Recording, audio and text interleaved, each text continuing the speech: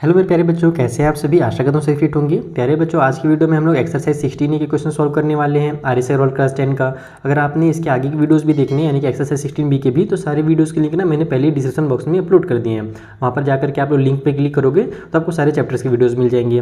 तो देखो, जो 16 ये चैप्टर है ना, यानी कि जो हमारा चैप्टर नंबर 16 है, इसी को आप कह लो बहुत ही कन्फ्यूजिंग चैप्टर है 2023-24 के लिए। अभी मैं जो वीडियो बना रहा हूँ, मैं उन बच्चों के लिए बना रहा हूँ जो 2023-24 में पढ़ते हैं, और आगे भी यही देखो सेम हमारा यूज़ होने वाला है। फिलहाल तो हम लोग 23-24 के लिए कर रहे हैं। जैसे कि क्या होगा कि ये जो क्वेश्चन है ये डिलीटेड है, कुछ पार्ट्स हमारा डिलीट किया गया है सीबीएसई की तरह, आपको पता ही होगा।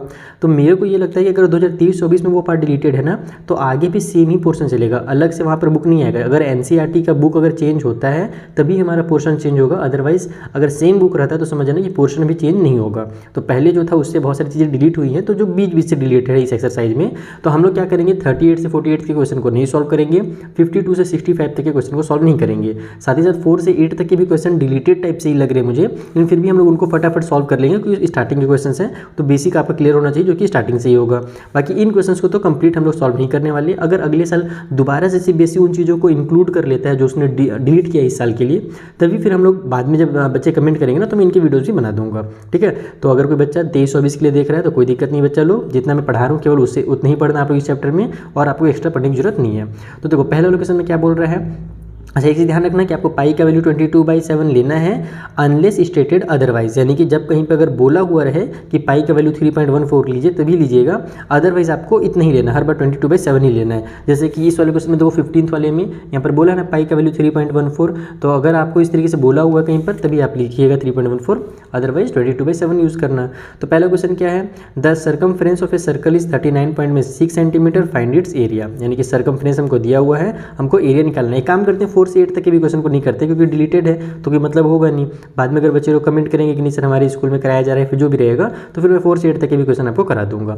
इस वाली वीडियो में हम लोग 1 से सॉल्व करते हैं, इन पार्ट्स को हम लोग नहीं करेंगे 4 से 8 तक, ठीक है। तो सर्कमफ्रेंस हमको दिया हुआ है, हमको एरिया निकालना है। आपको एरिया वगैरह का फॉर्मूला पता होना चाहिए, अगर फॉर्मूला याद नहीं है तो जल्दी से याद कर लीजिए। आइए मैं आपको कॉपी में समझाऊँ कैसे सॉल्व करना है। तो देखो, एरिया हमको निकालना है, उसका फॉर्मूला होता है पाई आर का स्क्वायर, और हमको दिया हुआ है सर्कमफ्रेंस जिसका फॉर्मूला होता है 2 पाई आर। तो हम लोग क्या करेंगे, हमको एरिया के लिए आर का जरूरत पड़ेगा, और आर तो हमको दिया नहीं है, तो हम लोग इस फॉर्मूला का यूज़ करके हम लोग आर निकाल लेंगे, और जब आर पता चल जाएगा तो एरिया भी पता चल जाएगा। आर यानी कि रेडियस होता है, ठीक है। तो यहाँ पर हमारे पास 2 पाई आर का वैल्यू कितना दिया हुआ है, सर्कमफ्रेंस का वैल्यू दिया हुआ है हमें 39.6 सेंटीमीटर, ठीक है। अब यहाँ से हम लोग क्या करेंगे, इसको लिखेंगे 2 मल्टीप्लाई में 22/7 और मल्टीप्लाई में आर, और इक्वल को साइड में फिर वही 39.6 हमें आर चाहिए, तो सब उधर ट्रांसफर कर दो, 39.6 हो जाएगा। मल्टीप्लाई में हमारे पास ये जो 7 है नीचे वो ऊपर चला जाएगा, और 2 और 22 जो ऊपर में थे वो नीचे आ जाएंगे। यही होता है ना, जब हम लोग दूसरे से ट्रांसफर करते हैं तो न्यूमरेटर वाला डिनोमिनेटर में और डिनोमिनेटर वाला न्यूमरेटर में हो जाता है। अब आपको सॉल्व करने का मैं आपको इजी तरीका बता देता हूँ। कभी भी डेसिमल वाला आए ना तो उसमें आप डेसिमल को गैप कर दिया करो। जैसे इसको क्या करोगे, 396 बना दोगे और 7 लिखोगे, तो बोलोगे सर ये डेसिमल गैप कहाँ हो गया। आपने ऐसा क्या किया, तो मैंने यहाँ पर ऊपर में 10 का मल्टीप्लाई कर दिया एक तरह से रफली अपने दिमाग में, और ऊपर अगर कर रहे हैं तो नीचे भी करना पड़ेगा, तो कोई दिक्कत नहीं, नीचे अलग से लिख लो, यानी 2 मल्टीप्लाई में 22 और मल्टीप्लाई में 10 ऐसे लिख लो, है ना। तो अब क्या होगा, आप जब इसको कटपिट करोगे तो आपका जो आंसर है ऊपर में कितना आएगा, 63 आ जाएगा, और नीचे में हमारे पास जो 10 है वो रहेगा ही, यानी कि आपका आंसर जो 6.3 आ जाएगा। आपको कटपिट करके देखते रहिएगा, कैलकुलेशन आपको आता होगा, क्लास 10 में पहुंच गया होगा, अगर अभी भी नहीं आता तो कैलकुलेशन की प्रैक्टिस कर लीजिए। तो यहाँ से हमारा जो रेडियस है वो हो गया 6.3 सेंटीमीटर। अब हमको निकालना क्या था, हमको एरिया निकालना था, तो लिखेंगे अपन कि एरिया इक्वल टू हमारा क्या होता है भैया, तो पाई आर स्क्वायर होता है। तो यहाँ से पाई का वैल्यू फिर से वही 22/7 लेंगे, आर का स्क्वायर है यानी कि 6.3 मल्टीप्लाई 6.3 कर लो। यहाँ पर 7 से डायरेक्ट कट हो रहा है, 0.9 आ जाएगा क्योंकि 7 9 63 होता है, तो 0.9 आएगा क्योंकि यहाँ पे डेसिमल लगा हुआ था। अब इन सभी का आप मल्टीप्लाई कीजिएगा तो आपको जो आंसर है यानी कि जो एरिया है वो 124.74 आएगा, और एरिया हमेशा स्क्वायर यूनिट में निकलता है, यानी कि अगर सेंटीमीटर है तो सेंटीमीटर का स्क्वायर में एरिया होगा। तो इस तरीके से आपका क्वेश्चन नंबर 1 कंप्लीट होता है। आई होप आपको क्लियर हो गया होगा। कुछ भी डाउट हो तो इंस्टा ट्री के थ्रू पूछिएगा। हम लोग फिलहाल आगे बढ़ते हैं। सो जो सेकंड क्वेश्चन है ना, इसमें जस्ट उल्टा कर दिया है, यानी कि इस बार हमको एरिया दिया है और सर्कमफ्रेंस निकालना है। तो एरिया का फॉर्मूला हम लगा लेंगे यहाँ पर पाई आर स्क्वायर, यानी कि पाई आर स्क्वायर का वैल्यू दिया हुआ है हमें 98.56। तो यहाँ से हम लोग लिखते हैं, अब अपने को क्या चाहिए, आर चाहिए, तो मैं पाई को उधर ट्रांसफ़र कर दूंगा, तो आर स्क्वायर इक्वल टू हो जाएगा 98.56, और ये जो हमारा पाई है ये हमारा 22/7 होता है, तो इधर जा करके ये हमारा फिर से 7/22 हो जाएगा। तो डायरेक्ट मैं 7/22 लिख देता हूँ, समझ में आया ना, क्योंकि इधर जा रहा है तो हमारे ये ऊपर नीचे हो जाएगा। अब जब इसको आप कट करोगे ना तो आपका आंसर जो है वो 31.36 आ जाएगा। अब हमारा जो आंसर आया वो तो आर का स्क्वायर आया है ना 31.36, तो आप इसको क्या कीजिएगा, आप लोग लॉन्ग डिवीजन मेथड मैंने आपको सिखाया हुआ है क्लास 8 में, उसका यूज़ कीजिएगा 36 इस तरीके से, और इसको सॉल्व कर दीजिएगा। तो लॉन्ग डिवीजन मेथड से हमारा जो आर का वैल्यू है वो कितना निकल करके आ जाएगा, तो वो हमारे पास 5.6 निकल करके आ जाएगा। ठीक है, ये हमारा रेडियस निकल करके आ गया। अब हम लोग निकालते हैं यहाँ पर से सर्कमफ्रेंस, तो फिर से मैं सर्कमफ्रेंस लिख देता हूँ शॉर्टकट में, जिसका आप लोगों को फॉर्मूला पता ही है कि हमारे पास फॉर्मूला क्या होता है भैया, 2πr होता है। सो ये 2πr, तो ये हो जाएगा हमारा 2 मल्टीप्लाई में पाई यानी कि 22/7, और r जो कि हमने भी निकाला है 5.6। फिर से यहाँ पर आप लोग मल्टीप्लाई कर दीजिए, तो ये हमारे पास पहले तो 7 से इसको आप कट कर सकते हो, 7 × 7, 7 8 56 होता है, और यहाँ पर 0 पॉइंट लगा दो तो 0.8 हो जाएगा।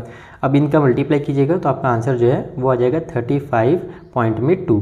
और सर्कमफ्रेंस में देखो हमारे पास रेडियस का मल्टीप्लाई नहीं हो रहा है ना, रेडियस का स्क्वायर नहीं हो रहा है, इसीलिए सर्कमफ्रेंस जो है ना वो हमारा पेरीमीटर की तरह सिंपल यूनिट में आता है। सिंपल यूनिट यानी कि केवल आपका सेंटीमीटर में रहेगा, स्क्वायर वगैरह यहाँ पर नहीं लगेगा इस क्वेश्चन में। तो थर्ड वाले क्वेश्चन हमसे बोला जा रहा है कि the circumference of a circle exceeds its diameter by 45 centimetre, यानी कि एक सर्कल का जो सर्कमफ्रेंस है वो उसके डायमीटर से 45 सेंटीमीटर ज़्यादा है, यानी जितना भी डायमीटर होगा उससे 45 सेंटीमीटर प्लस कर दोगे तो आपका सर्कमफ्रेंस आ जाएगा। तो find the circumference of the circle, तो आपको वही पता करना है कि जो सर्कमफ्रेंस होगा ना वो कितना होगा। चलिए ये पता करते हैं।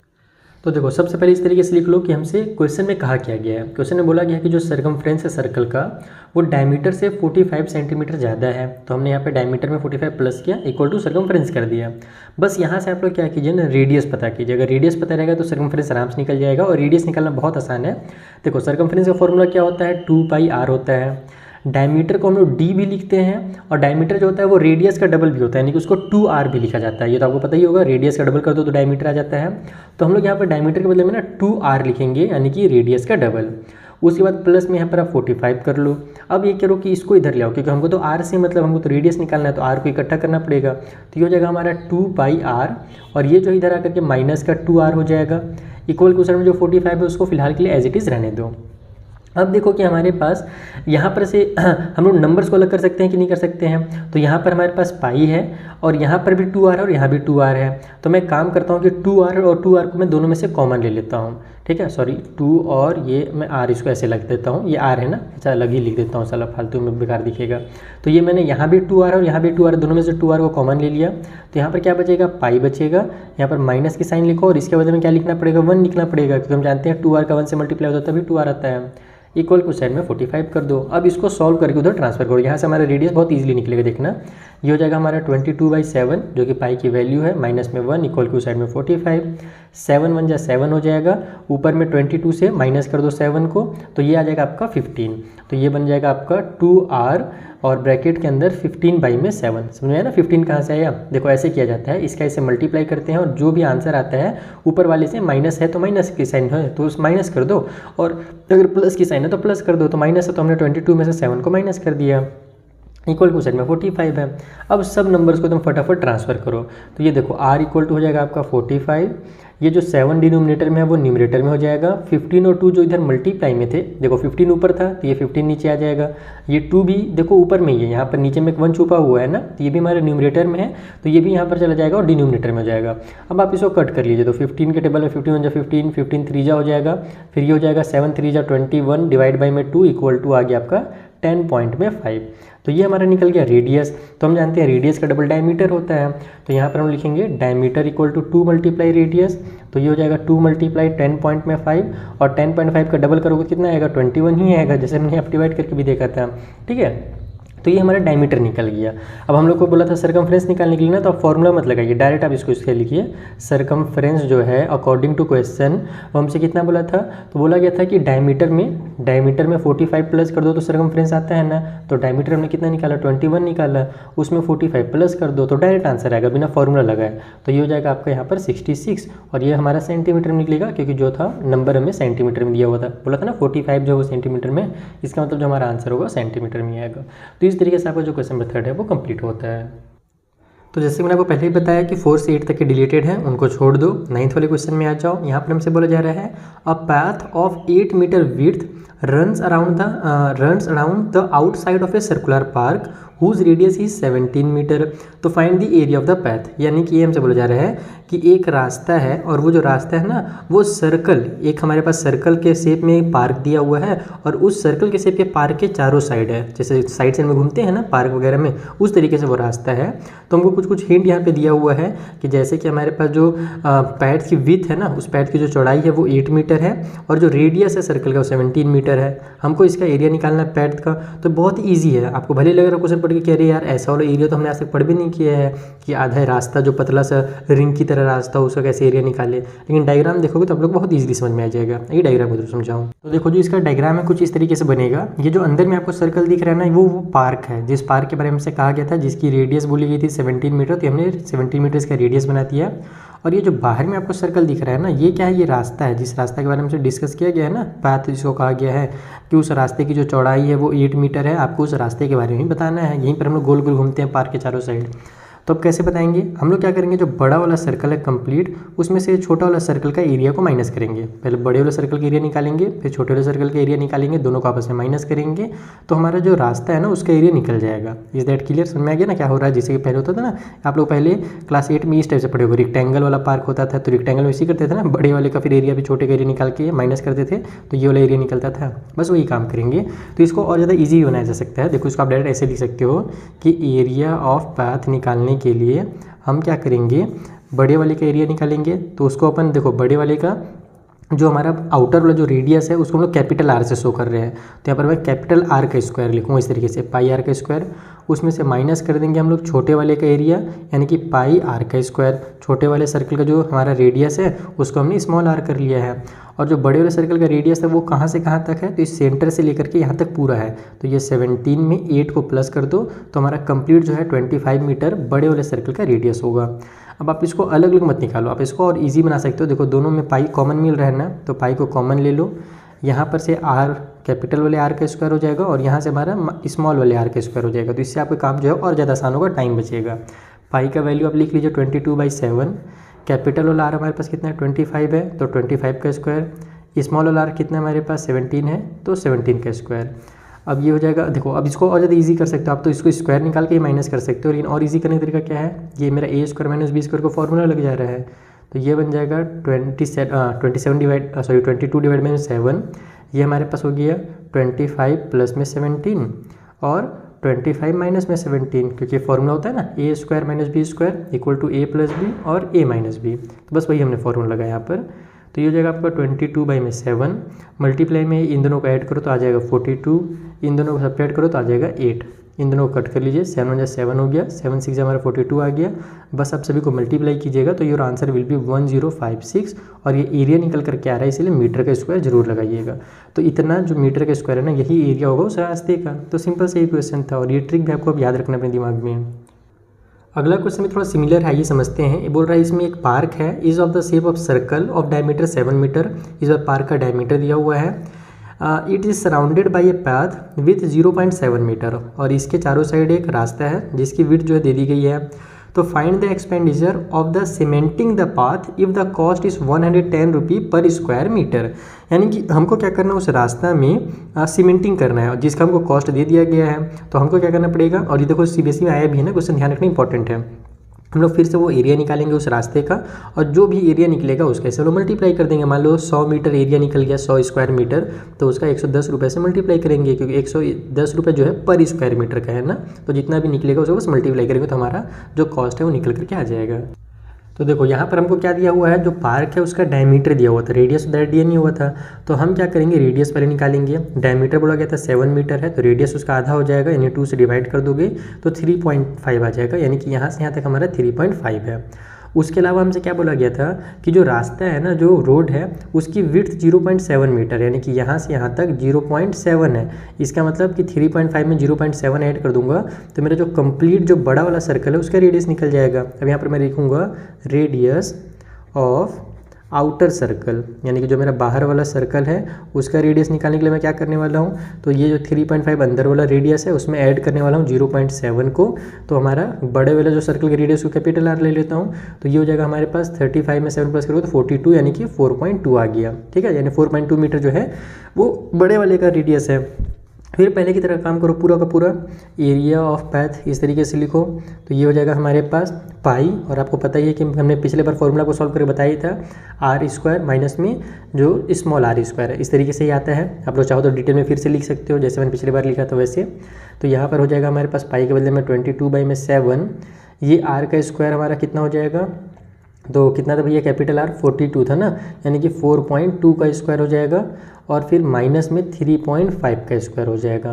तो फिर से हम ए स्क्वायर माइनस बी स्क्वायर कर लेते हैं ताकि काम और आसान हो जाए। तो ये हो जाएगा हमारा 22/7, फिर इधर हो जाएगा हमारा 4.2 प्लस में 3.5, और इधर हो जाएगा हमारा 4.2 माइनस में 3.5। तो अब इनको सॉल्व कीजिए, तो ये बन गया आपका 27/2, 42 में 35 ऐड कर दोगे तो आपका 77 आ जाता है, यानी कि 7.7 आ जाएगा। 42 में से 35 माइनस करोगे तो 0.7 आ जाएगा, जैसे पिछले बार जो हमने प्लस किया था वहाँ पर आया था। अब आप इसको कट कर लीजिए, तो डायरेक्ट कट हो रहा है, इसको डायरेक्ट उड़ा देता हूँ मैं। ये 7 के टेबल में आप इसी को उड़ा दो, चाहे तो इसको उड़ा दो, तो इसको अगर मैं उड़ाता हूँ तो 0.1 आ जाएगा, और फिर इन सभी का आप मल्टीप्लाई कर दीजिएगा आपस में, तो योर आंसर विल बी 16.94। ठीक है, आपको सबका मल्टीप्लाई करना है, 22 का 77 से मल्टीप्लाई करना, फिर 1 से मल्टीप्लाई भी करना है। तो जितना इधर आंसर, इसको जो मल्टीप्लाई करोगे ना तो आपका आंसर इतना ही आएगा, 1694 आ जाएगा। फिर यहाँ पर भी हमारे पास एक डिजिट के बाद डेसिमल है और यहाँ भी एक डिजिट के बाद डेसिमल है, इसलिए हमने 2 डिजिट के बाद डेसिमल लगा दिया। यानी इतना मीटर का स्क्वायर जो होगा ये हमारा एरिया हो जाएगा उस रास्ते का जिसमें अपने को सीमेंटिंग करना है। तो अब यहाँ पर हम लोग लिखेंगे कि जो कॉस्ट दिया हुआ था, कॉस्ट ऑफ सीमेंटिंग, वो कितना दिया हुआ था, तो वो हमसे बोला गया था कि 110 रुपये भैया पड़ेगा पर मीटर का स्क्वायर। इसको पर बोलते हैं ना, ऐसे आप लोग ऑब्लिक करते हो ना तो उसको पर भी कहा जाता है। यानी 1 मीटर का स्क्वायर का, 1 स्क्वायर मीटर का 110 रुपये लगेगा। इसका मतलब कि जो टोटल कॉस्ट है जो हमको पड़ने वाला है, फिर टोटल एक्सपेंडिचर जो लिखना चाहो वो लिख लो। तो 1 मीटर का स्क्वायर कितना है, और हमारे पास तो टोटल 16.94 मीटर है, तो हम लोग क्या करेंगे 110 का मल्टीप्लाई कर देंगे 16.94 से। तो जब आप मल्टीप्लाई कीजिएगा तो फाइनल आपका जो आंसर वो आ जाएगा 1863 और पॉइंट में 40 रुपये। ये हमारा कॉस्ट निकलेगा, तो ये हमारा रुपये में निकलेगा, ये भी ध्यान रखिएगा। तो ये हमारा फाइनल कॉस्ट हो गया। तो इस मेथड से आपको क्वेश्चन नंबर 9 के दोनों क्वेश्चंस को सॉल्व करना है। सो 10th क्वेश्चन बोल रहा है कि एक रेस ट्रैक है हमारे पास in the form of ring, जो रिंग के शेप में है हमारी तरफ। अब हमसे बोला जा रहा है कि जिसकी इनर सरकमफ्रेंस हमें दी हुई है 352 मीटर एंड जो आउटर सरकमफ्रेंस है वो है 396 मीटर। तो find the width and the area of the track, यानी कि पहले तो आप विड्थ भी पता कीजिए कि उस जो ट्रैक है, रेस ट्रैक है, उसकी विड्थ कितनी है, और फिर उसके बाद उसका एरिया भी पता कीजिए। तो जैसे यहाँ पर 9th वाला बनाया है ना, सेम यहाँ पर भी डायग्राम बनेगा। तो देखो कुछ इस तरीके से हमारा ट्रैक बनेगा। ये देखो यहाँ पर कार दौड़ता है, ये ट्रैक है, ये अंदर का हमारा जो घास वास जगह रहता है, और फिर इधर बाहर में दर्शक लोग बैठे रहते हैं, ये रोड रहता है बीच में, आप लोग देखे होंगे। हम लोग को दिया हुआ है इनका सरकमफ्रेंस, ये जो छोटा वाला सर्कल आपको दिख रहा है ना अंदर वाला, और ये जो बड़ा वाला सर्कल है, दोनों का सरकमफ्रेंस दिया हुआ है। हमसे क्या बोला गया है कि जो ट्रैक है इसका आप लोग पहले तो विड्थ बताइए, और दूसरा चीज़ फिर इसका एरिया भी बताइए। तो हम लोग विड्थ कैसे निकालेंगे वो समझो। हम लोग जो बड़ा वाला सर्कल है उसका मैं कंप्लीट रेडियस निकाल लूँगा, यहाँ से यहाँ तक, इस पॉइंट से इस पॉइंट तक। फिर मैं छोटे वाले का रेडियस यहाँ से यहाँ तक निकालूंगा। फिर बड़े में से अगर मैं छोटे को माइनस करता हूँ तो मेरा ये वाला जो विड्थ है वो ऑटोमेटिकली निकल करके आ जाएगा। चलिए फटाफट निकालते हैं। तो बड़े वाले का कैसे निकाल सकते हैं रेडियस, हम लोग लिखेंगे कि हमको क्या दिया होता है, सरकमफ्रेंस दिया होता है ना। तो सरकमफ्रेंस, इतना लंबा चौड़ा स्पेलिंग का है लिखा हुआ है यार, सरकमफ्रेंस ऑफ आउटर, ठीक है, ट्रैक, जो आउटर ट्रैक है उसका हमको सरकमफ्रेंस कितना 396 है दिया हुआ था, हाँ 396 दिया हुआ था मीटर में। तो ये हो जाएगा सरकमफ्रेंस का फॉर्मूला क्या होता है, 2πr होता है। तो 2π और कैपिटल आर कर दो, क्योंकि बड़े वाले रेडियस हम लोग कैपिटल आर लिए हैं। इसका जो वैल्यू यही हमको 396 दिया हुआ है। तो ये हो जाएगा 2 मल्टीप्लाई में 22/7 मल्टीप्लाई में capital R equal to side में 396।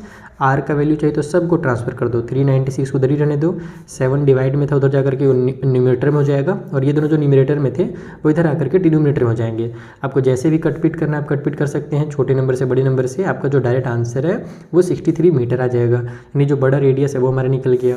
सेम काम ऐसे ही करो, यहाँ पर लिखो सरकमफ्रेंस, अब मैं शॉर्टकट में लिखूँगा, ऑफ इनर ट्रैक, जो हमारे पास अंदर वाला जो ट्रैक है ना, उसका जो सरकमफ्रेंस है वो हमको कितना दिया था, 352 दिया हुआ था। तो सेम काम फिर से हो जाएगा, यहाँ पर 2π और स्मॉल r इक्वल टू 352 आ गया। तो यहाँ से फिर r का वैल्यू निकालेंगे, तो ये इसके पास जो नीचे में 7 रहेगा वो 352 के साथ जाके मल्टीप्लाई हो जाएगा, ये वाला 2 ऊपर हो जाएगा और ये पाई का जो 22 था, सॉरी मतलब ये जो 2 ऊपर में था वो नीचे आ जाएगा, 22 भी जो है वो नीचे आ जाएगा और इन लोगों को कट करोगे तो आपका आंसर आ जाएगा 56 मीटर, यानी पूरा आंसर आ जाएगा। तो ये दोनों हमारा रेडियस निकल गया। अब जैसे मैंने आपको बताया विड्थ निकालने का, ये देखो पहला पार्ट हम लोग कर रहे हैं यहाँ पर ना, विड्थ पहले बोला था निकालने का, तो वो हम लोग निकाल रहे हैं विड्थ ऑफ ट्रैक, ठीक है। तो इसके लिए हम लोग जो 63 है कंप्लीट वाला रेडियस, उसमें से अंदर का जो रेडियस 56 है ना, 63 में से 56 को माइनस कर दो तो आपका जाएगा 7 मीटर, यानी कि जो विड्थ है ना उस ट्रैक का यहाँ से यहाँ तक जो विड्थ है वो 7 मीटर है। पहला चीज़ निकल गया। अब हम लोग को इसका एरिया निकालना है, तो एरिया के लिए भैया देखो भले इसका विड्थ पता चल गया है, लेकिन एरिया के लिए हमको पता ही है कि बड़े वाले का एरिया माइनस में छोटे वाले का एरिया करेंगे तभी ये वाला सर्कल का एरिया निकलेगा। तो इसके लिए फिर से आपको मल्टीप्लाई वाला मेहनत करना पड़ेगा। तो यहाँ पर फिर से आप वही सेकेंड काम करो, एरिया ऑफ आउटर सर्कल या आउटर रिंग आउटर ट्रैक जो लिखना है लिख लो। मैं डायरेक्ट यहाँ पे लिख देता हूँ फॉर्मूला, पाई कैपिटल आर का स्क्वायर, तो ये हो जाएगा हमारा 22/7 मल्टीप्लाई में कैपिटल आर कितना है 63 है ना, तो 63 मल्टीप्लाई में 63 हो जाएगा, यानी कि ये जो आर है यानी कैपिटल जो हमारा सॉरी एरिया जो है वो हो जाएगा 12,474 मीटर का स्क्वायर, ठीक है। आप लोग को देखो मल्टीप्लाई में ही जो टाइम लगेगा, बाकी आपको कुछ में टाइम नहीं लगने वाला। उसी तरीके से आप निकालो एरिया ऑफ इनर, यानी कि जो अंदर वाला हमारा ट्रैक है इनर ट्रैक का एरिया, तो पाई स्मॉल आर का स्क्वायर, तो फिर वही होगा 22/7 मल्टीप्लाई में 56 और फिर मल्टीप्लाई में 56 हो जाएगा। इसको फिर आप लोग कटपीट कीजिएगा तो your answer will be 9,856 metre का स्क्वायर। ये हमारा एरिया निकल गया बड़े वाले का और छोटे वाले का। अब आपको पता ही है कि अगर एरिया ऑफ ट्रैक निकालना है तो कैसे करेंगे, तो एरिया ऑफ ट्रैक के लिए दोनों का बस माइनस कर देंगे, तो अब यहाँ पर काम आसान हो जाएगा। Area of track equal to 12,474 minus में 9,856, इन दोनों को सब्ट्रैक्ट कीजिए तो 2,618 मीटर का स्क्वायर जो है वो आपका एरिया निकल करके आ जाएगा ट्रैक का। तो इस तरीके से आपको इस क्वेश्चन को सॉल्व करना है। बहुत ईजी क्वेश्चन है, बस टाइम आपका वेस्ट होगा मल्टीप्लिकेशन करने में और कहीं पर नहीं होगा, इसलिए आप लोग मल्टीप्लाई की अच्छी खासी प्रैक्टिस करके जाइएगा एग्जाम में। अब देखो जो 11th वाला क्वेश्चन है ना वो थोड़ा अलग क्वेश्चन है। अभी तक जो आपने 10th तक के क्वेश्चन सॉल्व किया वैसे क्वेश्चन आपने पिछले साल भी पढ़ रखे हैं सर्कल वाले चैप्टर में। अब यहाँ पर सेक्टर का एरिया से रिलेटेड, सेक्टर में जो आर्क रहता है उससे रिलेटेड क्वेश्चन आ रहा है, तो इसको मैं थोड़ा सा आपको पहले एक्सप्लेन करूँगा डायग्राम के थ्रू, सेक्टर क्या होता है, उसमें आर्क क्या होता है और उसके फॉर्मूलाज क्या होते हैं। मैं पहले आपको क्वेश्चन रीड करके बस समझा देता हूँ। इसमें बोल रहा है कि एक सेक्टर जो है वो कट किया जा रहा है एक सर्कल से।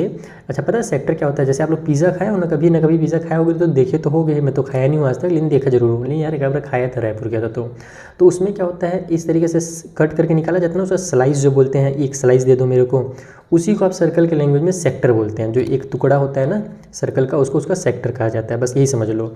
तो हमसे बोल रहा है कि सर्कल का रेडियस 21 सेंटीमीटर है, the angle of the sector यानी कि जितना एंगल में कट किया गया है वो 150 डिग्री है, तो find the length of the arc, arc का लेंथ बताइए, and the area of sector. तो ये लेंथ ऑफ आर्क और एरिया का सेक्टर का कुछ फॉर्मूला तो होगा तभी तो निकलेगा ना, वो फॉर्मूलाज क्या होते हैं, ये आर्क और सेक्टर होता क्या है डायग्राम के थ्रू आइए मैं आपको समझा दूँ। तो देखो ये मैंने एक सर्कल बनाया, उसमें हमने क्या किया एक स्लाइस काटा है, ये सेंटर है सर्कल का, यहाँ से यहाँ तक भी हमारा रेडियस है और यहाँ से यहाँ तक भी रेडियस है। तो हमने एक यहाँ पर अपने अनुमान से 150 डिग्री का 150 डिग्री का एक एंगल बनाया है, क्योंकि देखो हम लोग जानते हैं कि सीधा लाइन बनता है तो 180 डिग्री हो जाता है, इसीलिए मैंने इसको थोड़ा सा घुमा दिया, थोड़ा कम कर दिया, तो अप्रॉक्स ये 150 ही होगा, ठीक है। तो अब ये जो आपको पार्ट दिख रहा है ना, ये यहाँ से यहाँ, यहाँ से यहाँ, और ये जो सर्कल है यानी कि ये वाला जो अंदर का जो पार्ट है ये मैं यहाँ पर थोड़ा सा मार्किंग कर देता हूँ ताकि आपको और अच्छे से क्लियरली समझ में आए। तो ये पार्ट को अपन सेक्टर कहते हैं, जैसे मैंने बताया था ना पिज़्ज़ा का स्लाइस जो होता है उस टाइप से ही दिखता है सेक्टर। तो अब इसमें 2-3 चीज़ें होती हैं ये समझना, एक तो एंगल होगा, एंगल को ही थीटा बोला जाता है, जैसे हम लोग रेडियस जो होता है ना, रेडियस उसको हम लोग स्मॉल आर या कैपिटल आर से डिनोट करते हैं, वैसे एंगल को थीटा से डिनोट करते हैं यहाँ पर, ठीक है। तो जहाँ पर मैं थीटा लिख लूँगा वहाँ पे समझ आना कि वो जो हमारा 150 को शो कर रहा है। अब हम लोग जब क्या पढ़े हैं भैया, हम लोग तो फॉर्मूला पढ़े हैं कि सर्कल का पूरा जो सर्कमफ्रेंस होता है यहाँ से यहाँ तक निकालना, उसका फॉर्मूला होता है 2πr। लेकिन हमसे क्या बोला है आर्क का लेंथ निकालिए, आर्क कहाँ से कहाँ तक, ये वाला पॉइंट से इस वाले पॉइंट तक, ये जो आपका लाइन दिख रहा है ना ऐसे, ये इस तरीके से, इस लाइन को ही हम लोग आर्क बोलते हैं। ये जो देखो मैं ऐसे बना रहा हूँ, ये वाला लाइन जो है ये आर्क है।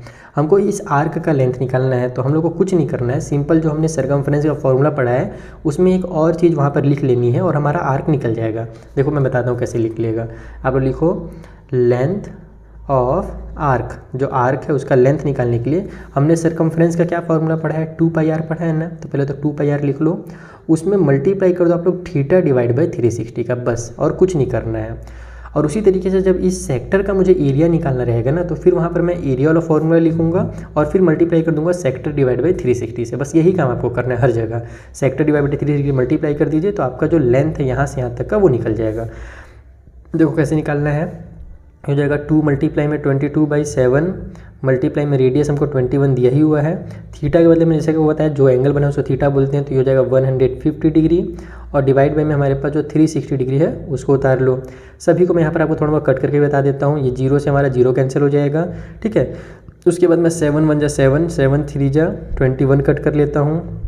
और फिर मैं छोटा किसे कर सकता हूँ, इन दोनों को 3 से कट कर सकता हूँ। चलो 3 से ही कट कर लेते हैं, है ना। और तो किसी से कट नहीं दिख रहा है, हाँ नहीं दिख रहा है, तो 3 हो जाएगा, 3 5 जा 15, यहाँ पर हो जाएगा 3 1 जा 3 और 3 2 जा 6 हो जाएगा। अब ये और ये 2 को कट कर सकता हूँ मैं, 2 1 जा 2, 2 6 जा 12 हो जाएगा। अब 3 से मैं इसको कट कर सकता हूँ, 3 1 जा 3, 3 2 जा 6 हो जाएगा। फिर 2 से मैं इस 21 को कट कर 22 को कट कर सकता हूँ, 2 1 जा 2, 2 का टेबल 11 टाइम पढ़ेंगे तो 22 आ जाएगा। 11 का बस 5 से मल्टीप्लाई कर दो, तो जो आपका लेंथ है आर्क का वो निकल करके आ जाएगा कितना, 11 5 जा 55 होता है ना। और ये हमारा सेंटीमीटर में दिया हुआ था, तो ये भी हमारा सेंटीमीटर में ही निकलेगा। तो इस तरीके से आपको सॉल्व करना है, समझ में आ गया। पहला क्वेश्चन था इसलिए मैंने इतना कटपिट कर दिया, नहीं तो आप लोग मुझे पता है कटपिट खुद से कर ही लेते हैं। अब हम लोग एरिया भी निकालेंगे, और एरिया में मैं कटपिट कुछ नहीं करने वाला हूँ। एरिया ऑफ आर्क या फिर एरिया ऑफ सेक्टर लिखोगे, आर्क नहीं, एरिया ऑफ सेक्टर के लिए हम लोग जानते हैं एरिया का फॉर्मूला क्या होता है, पाई आर स्क्वायर होता है। तो बस उसमें मल्टीप्लाई कर दो थीटा डिवाइड बाई 360 डिग्री का, तो ये हो जाएगा आपका पाई यानी कि 22/7 मल्टीप्लाई में 21 मल्टीप्लाई 21 हो जाएगा। थीटा के बदले में 150 है और डिवाइड बाई में हमारे पास यहाँ पर हो जाएगा 360। इस बार जब आप लोग कटपीट कीजिएगा तो आपको कंप्लीट आंसर नहीं आएगा, डेसिमल में आंसर आएगा। और वो आंसर कितना होगा, तो वो आंसर होगा 577.5 सेंटीमीटर। तो इस तरीके से बबुआ आपका ये क्वेश्चन भी जो है कंप्लीट हो जाएगा, ठीक है। अगर कट करने में भी आपको कहीं पे दिक्कत हो रहा हो ना, तो फिर आप क्या कीजिए, कम से कम क्लास 7 8 के जो बुक्स हैं ना उनसे कुछ क्वेश्चंस को सॉल्व कीजिए, कट करना सीखिए। फिर उनसे मत भी कीजिएगा ना, तो अपने से छोटे नंबर को कट करना सीखिए। एग्जाम में कट करना बहुत ज़्यादा जरूरी है। क्लास 10 में आप पहुँच गए, यहाँ पर आपको सीखना बहुत ज़रूरी है। तो एग्जाम में अगर आप डिवाइड बाइड देने चले गए ना तो बहुत टाइम वेस्ट हो जाएगा, ठीक है। तो कट करना जरूर सीखिएगा। तो ये हो गया हमारा क्वेश्चन नंबर 11 का आंसर। इज दैट क्लियर, समझ में आ गया कैसे सॉल्व करना रहता है सेक्टर वाला क्वेश्चन को। चलिए और क्वेश्चन सॉल्व करते हैं ताकि और अच्छे समझ में आ जाए चीज़ें। जो अगला क्वेश्चन है देखो वो 2017 में आ भी चुका है, इंपॉर्टेंट क्वेश्चन है। इसमें बोल रहा है कि कॉर्ड PQ जो है एक सर्कल का जिसका रेडियस 10 सेंटीमीटर है, subtend an angle of 60 degree, यानी कि उस PQ कॉर्ड से एक 60 डिग्री का एंगल बन रहा है, ठीक है। तो at the centre of the circle then find the area of major and minor segment of the circle, यानी कि 2 सेगमेंट बनेंगे वहाँ पर, एक मेजर वाला एक माइनर वाला, उन दोनों का आपको एरिया बताना है। आइए मैं आपको समझाता हूँ कैसे बनेगा। तो देखो कुछ इस तरीके से हमसे बोला जा रहा है कि एक हमारे पास सर्कल है, उसका जो रेडियस है ना वो हमसे बोला गया था कि 10 सेंटीमीटर है, ठीक है। अभी रेडियस में मत जाओ, पहले अपन आगे समझते हैं। जिसमें कॉर्ड है, कॉर्ड का नाम PQ दिया हुआ है, और ये कॉर्ड जो है वो सेंटर पे जा करके 60 डिग्री का एंगल बना रहा है, यानी P से सेंटर को मिलाओ और Q से सेंटर को मिलाओ, तो ये जो एंगल होगा ना ये हमारा 60 डिग्री का एंगल होगा। Is that clear. अब आपको क्या बोल रहा है कि आपके पास 2 सेगमेंट बनेंगे। सेगमेंट किसको बोलते हैं पता है, देखो जब सर्कल में आप ना कोई भी कॉर्ड बनाते हो, कॉर्ड यानी इस तरीके से जो लाइन होती है, तो सर्कल को 2 पार्ट में डिवाइड कर देती है, एक बड़ा वाला पार्ट और एक ये जो नीचे आपको छोटा वाला पार्ट दिख रहा है। तो इन दोनों को ही सेक्टर बोलते हैं, सॉरी सेगमेंट बोलते हैं। सेक्टर तो आप समझ ही गए हो, सेक्टर ये जो रेडियस होता है ना इसके द्वारा ऐसे ऐसे बनता है, स्लाइस जो होता है उसको सेक्टर बोलते हैं, ठीक है। और जो सेगमेंट होता है वो इस तरीके से होता है। तो हमको छोटा वाला सेगमेंट और ये जो बड़ा सेगमेंट है इन दोनों का एरिया निकालना है। तो पहले आप लोगों को छोटे वाले का एरिया निकालना पड़ेगा, यानी कि ये जो आपको पार्ट दिख रहा है ना, ये वाला पार्ट, इस वाले पार्ट का आपको एरिया निकालना होगा। कैसे निकलेगा वो समझ लीजिए। तो एक काम करो कि इस वाले पॉइंट पे भी कुछ एक पॉइंट दे दो, जैसे कि PQ हो चुका है तो इसका नाम मैं R रख देता हूँ। तो ये हमारा R हो गया यहाँ पर एक पॉइंट। ऐसा क्यों किया गया है, ताकि हम लोग को लिखने में आसानी हो, ठीक है। हमको क्या दिया हुआ था, रेडियस दिया हुआ था। रेडियस कितना बोला हुआ था, तो रेडियस बोला हुआ था 10 सेंटीमीटर, यानी कि O से लेकर के P तक ये भी 10 होगा और O से लेकर के Q तक ये भी 10 होगा। ये दोनों क्या है, आपस में रेडियस ही तो है, ठीक है। अब आप क्या कीजिए कि पहले आप सेक्टर का एरिया निकालिए। ये जो O, P, R और Q है ना, इस तरीके से जो हमारा स्लाइस बना हुआ है, इस स्लाइस का आपको पूरा का पूरा एरिया निकालना पड़ेगा। तो यहाँ पर मैं लिखूँगा एरिया ऑफ सेक्टर। अभी हम लोग सेगमेंट का निकालना, लेकिन अपन को पहले सेक्टर का एरिया निकालना पड़ेगा। और कौन सा सेक्टर, तो O, P और R, Q का, ठीक है। तो एरिया का फॉर्मूला आपको पता ही है कि पाई आर स्क्वायर के साथ मल्टीप्लाई करना पड़ता है। यहाँ पर मैं डायरेक्ट आप लोग को फॉर्मूला लिख देता हूँ। पहले तो एक बार पाई आर स्क्वायर और मल्टीप्लाई में थीटा डिवाइड बाई में हमारा 360, यही हमारा फॉर्मूला है। तो ये हो जाएगा यहाँ पर से पाई यानी कि 22/7, रेडियस जो है हमारा 10 × 10 हो जाएगा, है ना, आर का स्क्वायर है तो थीटा यानी कि जो एंगल बना है वो 60 डिग्री का बना हुआ है, तो यहाँ पे 60 लिख लेता हूँ मैं। और नीचे में हमारे पास ये जो 360 है इसको आप लोग उतार लीजिए, 0 से 0 कैंसिल। उसके बाद हमारे पास 6 1 जा 6, 6 6 जा 36 हो जाएगा, ठीक है। और हम लोग क्या कर सकते हैं, तो यहाँ पर हम लोग ना इसका जो वैल्यू है, अगर आप इसको और ईजी करना चाहो तो 22/7 का जो वैल्यू है उसको 3.14 भी ले सकते हो। तो यहाँ पर हम लोग इसका वैल्यू 3.14 कर लेंगे, तो ये बन जाएगा हमारा 3.14। 10 × 10 है यानी कि 100 हो जाएगा, और मल्टीप्लाई में 1/6 है यानी कि उसको मैं नीचे में डायरेक्ट 6 लिख देता हूँ, मल्टीप्लाई 6 लिखने से अच्छा। तो ये हो जाएगा आपका 314 डिवाइड बाई में 6, और इसको जब आप सॉल्व करोगे तो आपका आंसर जो है वो हो जाएगा 52.33 सेंटीमीटर का स्क्वायर। अगर आप इसको नहीं भी लेते हो डायरेक्ट, है ना, तो भी आपका आंसर सिमिलर ही आएगा। और एग्जाम में जो आंसर है ना एकदम कभी भी एग्जैक्ट नहीं आता है, कई बार डेसिमल के आगे पीछे कुछ ना कुछ आंसर हो ही जाता है, वो आपको वहाँ पे पता भी नहीं चलेगा, आपको लगेगा आपने बिल्कुल सही बनाया है। तो टीचर भी उसको सही ही करते हैं। अगर डेसिमल के बाद में आपका एक आध डिजिट कुछ आप ऊपर नीचे हो रहा है तो वो आंसर गलत नहीं कहलाता है। डेसिमल के पहले वाला अगर आंसर कुछ गलत हो रहा है, 52 के बदले आपको मान लो 51 आ गया, तभी आपका गलत कहलाएगा, ठीक है। तो ये हमने क्या किया, ये जो हमारा पिज़्ज़ा का स्लाइस था यानी कि जो हमारा सेक्टर था हमने उसका एरिया निकाला। अब हम लोग क्या करेंगे, जो ट्रायंगल है ना OPQ इसका एरिया निकालेंगे।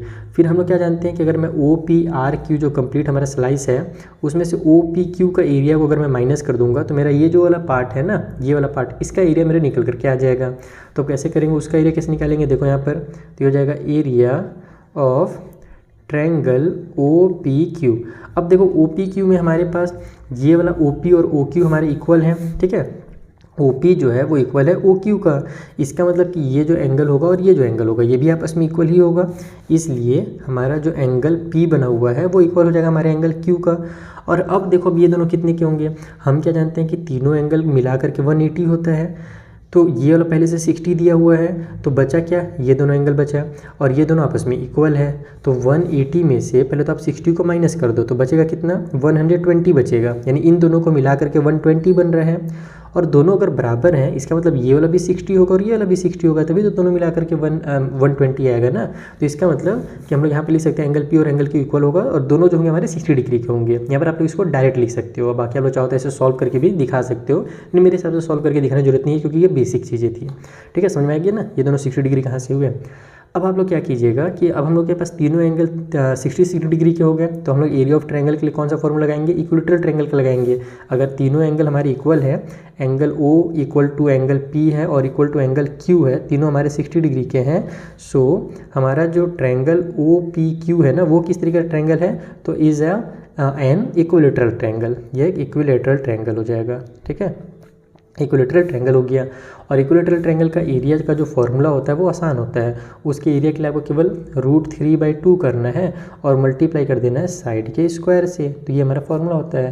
तो हो जाएगा √3/4 मल्टीप्लाई में साइड का स्क्वायर यानी कि 10 का स्क्वायर हो जाएगा, तो 10 का स्क्वायर 100 होता है, तो हो जाएगा √3/4 मल्टीप्लाई में 100, इन दोनों को कट कर दोगे तो आपका आ जाएगा 25। अब 25 का √3 से मल्टीप्लाई करना है, तो यहाँ पर जो हमारा एरिया निकल करके आ जाएगा उस ट्रायंगल का, कौन सा ट्रायंगल था, ट्रायंगल OPQ था, तो उसका एरिया कितना हो जाएगा, √3 का वैल्यू आपको पता होगा 173 होता है ना, 1.732 हमारा √3 का वैल्यू होता है। इसका मल्टीप्लाई जब हम लोग 25 से करेंगे ना बबुआ, तो आपका आंसर जो है वो हो जाएगा 43.30, और एरिया है इसलिए सेंटीमीटर के स्क्वायर में ये भी आ जाएगा। तो इसको भी बक्से में क्लोज करो, और यहाँ जो एरिया था इसको भी बक्से में क्लोज करो। अब हमको क्या पता है कि अगर हम लोग को माइनर वाला जो सेगमेंट है, अगर इसका मुझे एरिया निकालना है, इस वाले सेगमेंट का नाम हम लोग PRQ रख सकते हैं, ठीक है।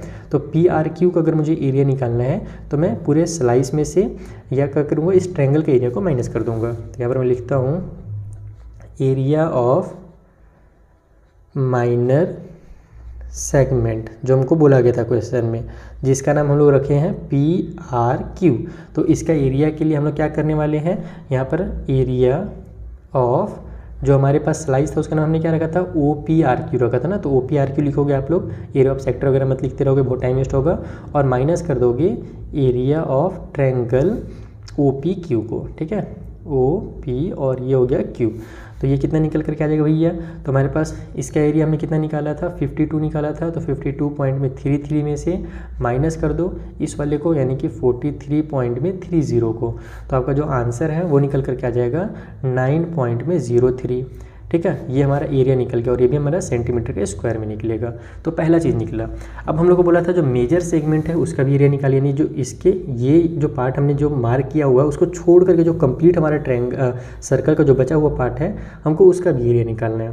तो कैसे निकालेंगे, हम कंप्लीट सर्कल का एरिया निकाल लेंगे और उसमें से इस वाले एरिया को माइनस कर देंगे, तो जो हमारा मेजर सेगमेंट है उसका एरिया पता चल जाएगा। तो यहाँ पर तब लोग डायरेक्ट लिखो एरिया ऑफ मेजर सेगमेंट, जो हमारे पास मेजर सेगमेंट है बड़ा वाला उसका, अच्छा उसका नाम क्या रख सकते हैं अपन, तो इसका नाम हमारा देखो इस तरीके से घूम रहा है, ये ऐसे ऐसे और ऐसे आ रहा है। तो जैसे यहाँ पर हमने एक आर लिखा था ना, वैसे इसके पॉइंट यहाँ पर आप लोग एक एस लिख दो ताकि हमारा पॉइंट कनेक्ट हो जाए। तो ये जो बड़ा वाला सेगमेंट है इसका नाम हो जाएगा पी एस और क्यू, ठीक है। तो मेजर सेगमेंट का नाम हो जाएगा हमारा पी एस क्यू। इसका एरिया निकालने के लिए हम लोग एरिया ऑफ सर्कल में से माइनस कर देंगे area of P R Q को, ठीक है, पी आर क्यू यानी कि छोटा वाला सेगमेंट को। तो एरिया ऑफ सर्कल निकालने के लिए फिर से वही फॉर्मूला लग जाएगा पाई आर का स्क्वायर, तो हो जाएगा पाई और आर हमारे पास 10 है तो 10 का स्क्वायर, उसमें से माइनस कर देंगे हम लोग 9.03 को। तो ये जो होगा पाई का वैल्यू 3.14 हम लोग जानते ही हैं, 3.1 और ये 4 हो गया, मल्टीप्लाई में 100 माइनस में 9.03 आ गया। तो ये जब हम लोग 100 से मल्टीप्लाई करेंगे डेसिमल बाहर चला जाएगा तो 314 हो जाएगा, उसमें से माइनस कर दो 9.03 को, तो योर आंसर विल बी 304.97 और ये हमारा एरिया निकला, इसलिए भी हमारा सेंटीमीटर का स्क्वायर हो जाएगा। तो बबुआ इतना मेहनत करना पड़ेगा आप लोगों को एरिया निकालने के लिए, इसीलिए जो क्वेश्चन होता है ना कम से कम आपको 3 से 4 नंबर, 3 तो नहीं 4 नंबर कम से कम दे करके जाएगा। इस क्वेश्चन को आप लोग बना लोगे तो मेन आपको पता है कहाँ पे टाइम लगेगा, अगर आपने कॉन्सेप्ट समझ लिया है तो थोड़ा सा कैलकुलेशन में ही टाइम लगेगा, तो अपनी कैलकुलेशन की स्पीड को आपको बढ़ानी पड़ेगी। तो बबुआ यहाँ पर हमारा क्वेश्चन नंबर 12 कंप्लीट होता है और इस वाली वीडियो में हम लोग इतना ही रखते हैं। जो क्वेश्चन हमारे बच गए हैं ना उसको हम लोग आगे की वीडियो में बनाएंगे और नेक्स्ट वीडियो का जो लिंक है वो आपको डिस्क्रिप्शन बॉक्स में मिल जाएगा। आपके सामने भी 2 विंडो बने हो गए होंगे, उन विंडोज़ में भी क्लिक करोगे तो भी आप नेक्स्ट वीडियो में पहुंच जाओगे। चलिए मिलते हैं नेक्स्ट वीडियो में, तब तक के लिए थैंक यू फॉर वॉचिंग और वीडियो को शेयर करना बिल्कुल ना भूलिएगा।